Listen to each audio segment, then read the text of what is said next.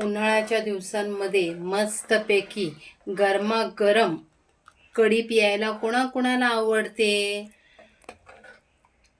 ज्यांना आवडते त्यांनी हा व्हिडिओ शेवटपर्यंत नक्की बघा. यामध्ये काही खास टिप्स सांगितल्या आहेत. तर चला रेसिपीला सुरुवात करूया. व्हिडिओ स्किप न करता पूर्ण पहा. दह्याची कढी करण्यासाठी मी इथे 1 कप दही घेतलेला आहे आणि 1 चमचा बेसन पीठ घेतलेला आहे. 4-5 लसणाच्या पाकळ्या, 3 मिरच्या घेतलेल्या आहेत, कढीपत्ता, कोथिंबीर आणि फोडणीसाठी आपल्याला लागणार आहे राई, जिरं, हिंग, हळद एवढं आपल्याला फोडणीसाठी लागणार आहे.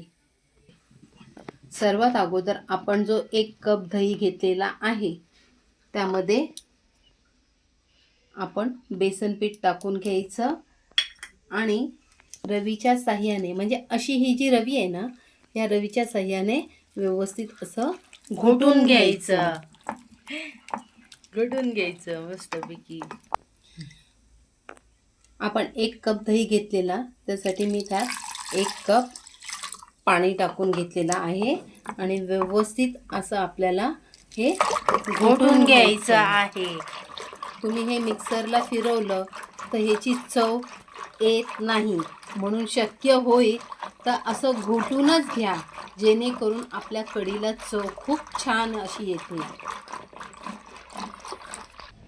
आता मम्मी लसूण मिरची जाडी भरडीच मिक्सरमधून फिरवून घेणार आहे. हे बघा, असं जाडं भरडं वाटून घेतलेलं आहे. आता आपण फोडणीची तयारी करूया. मी 2 पळीभर तेल टाकून घेतलेलं आहे. ते चांगलं गरम करून घ्यायचं. असं तेल मस्तपैकी गरम झालं की त्यात आता मम्मी टाकत आहे राई, जिरं. ते पण मस्त तडतडलं की त्यावर टाकायची हिंग. हिंग टाकली की त्यावर आता कढीपत्ता जाईल. मग याच्यावर टाकायची लसूण मिरची. अशी मस्तपैकी असं हलवून घ्यायचं. आता त्याच्यावर पाव चमचा हळद टाकून घेतलेली आहे. आता त्यावर आपण करून घेतलेलं दह्याचं मिश्रण टाकून घ्यायचं. असं दही फुटू नये ना, यासाठी खास काळजी घ्यायची. म्हणून आपण दही घोटताना त्यामध्ये डाळीचं पीठ टाकलं होतं, जेणेकरून आपली कढी फुटणार नाही.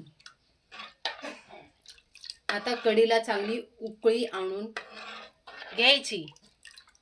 अशी कढीला खडखडून उकळी आली की त्यावर चवीनुसार मीठ टाकायचं.